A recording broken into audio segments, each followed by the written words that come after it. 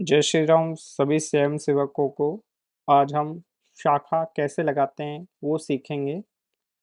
शाखा लगाने के लिए कुछ आज्ञाएं होती हैं और कुछ नियम होते हैं, उनका हमको पालन करना होता है।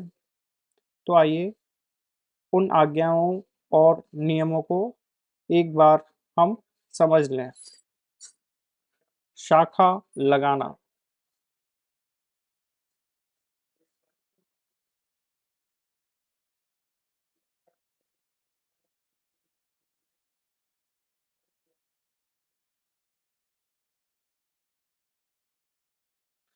शाखा लगाने के लिए मान लीजिए ये ध्वज मंडल है जहाँ पे ध्वज लगा हुआ है, तो मुख्य शिक्षक यहाँ से 5 कदम बढ़ेगा। 1, 2, 3, 4 और ये 5। यहाँ पे मुख्य शिक्षक खड़ा है और 5 स्वयंसेवक हैं। तो 5 स्वयंसेवक हैं, तो मुख्य शिक्षक क्या करेगा? 5 स्वयंसेवक हैं, तो उसको पता है कि एक स्वयंसेवक रहेगा जो कि ध्वज लगाएगा,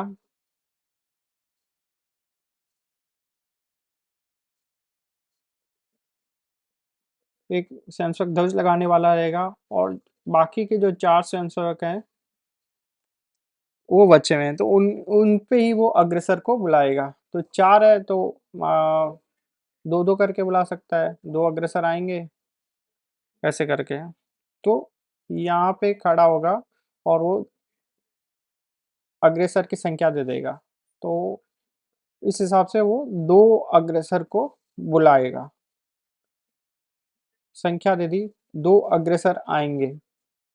फिर उसके बाद एक लंबी, एक छोटी, एक लंबी, छोटी व्हिसल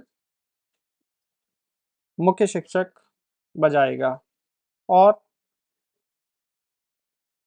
संघ दक्ष की आज्ञा देगा, जिससे सारे स्वयंसेवक जो यहाँ लाइन से खड़े हुए हैं, पाँचों,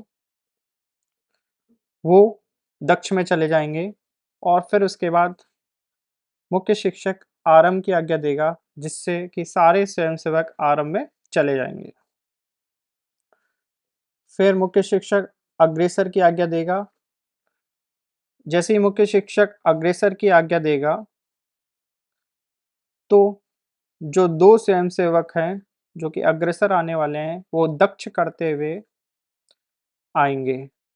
उसी समय मुख्य शिक्षक, क्योंकि उसने 2 स्वयंसेवक बुलाए हैं, तो 1 कदम दाईं ओर बढ़ेगा और वहाँ से वो अर्धव्रत करेगा।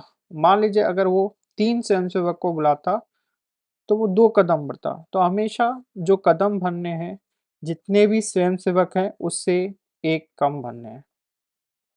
मान लीजिए n स्वयंसेवक आने वाले हैं, तो उसमें से एक n-1 कदम भरेगा।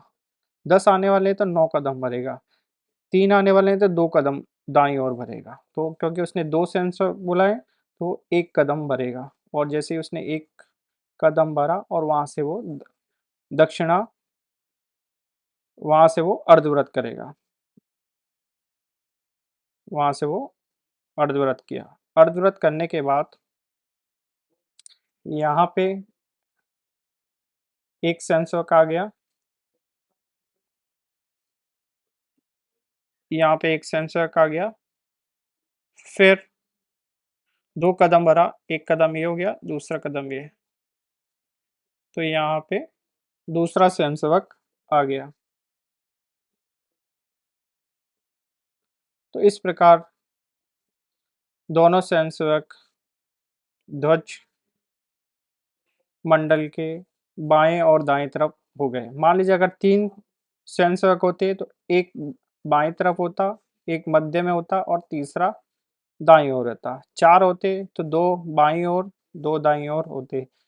5 होते, 2 बाईं ओर, 1 मध्य में और 2 दाईं ओर। तो इस जो नियम से n-1 के नियम से स्वयंसेवक अपने आप सही जगह पे खड़े हो जाते हैं।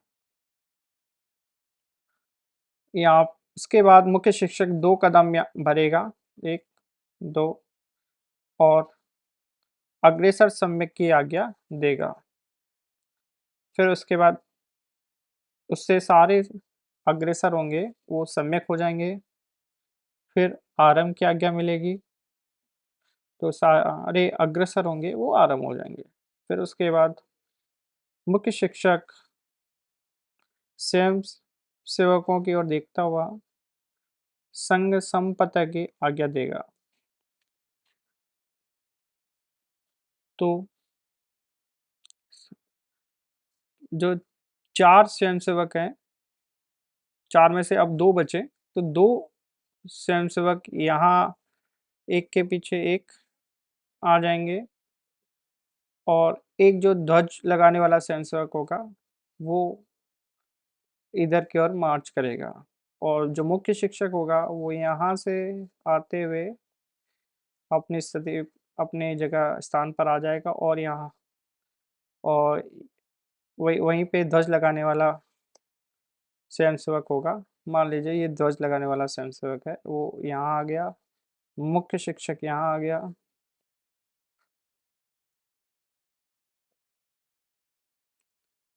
फिर मुख्य शिक्षक संघ-दक्ष की आज्ञा देगा,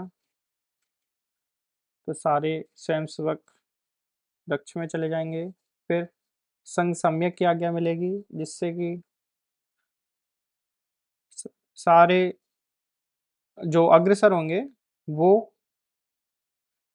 अर्धव्रत हो जाएँगे और चेक करेंगे कि जो उनके पीछे के स्वयंसेवक है, वो सम्यक है कि नहीं। फिर उसके बाद अग्रसर अर्धव्रत की आज्ञा आएगी, जो अग्रसर होंगे, वो आप पुनः अपनी स्थिति पे आ जाएँगे ध्वजा विमुख।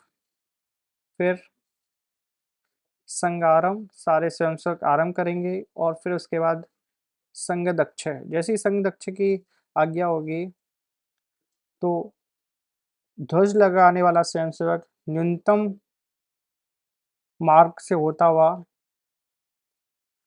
ध्वज की ओर जाएगा और ध्वज लगा के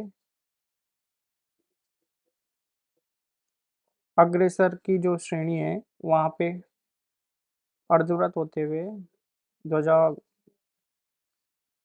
अर्धव्रत होते हुए खड़ा हो जाएगा। फिर फिर मुख्य शिक्षक ध्वजा बनाम 1, 2, 3 की आज्ञा देगा। सारे स्वयंसेवक ध्वज को प्रणाम करेंगे।